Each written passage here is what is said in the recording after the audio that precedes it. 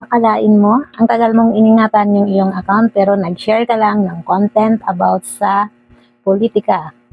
Tapos nagkaroon na ng problema yung account mo. Kaya ikaw, ugaliin natin guys, na ingatan yung ating mga account. Huwag tayo basta-basta mag-share ng mga trending na mga balita ngayon.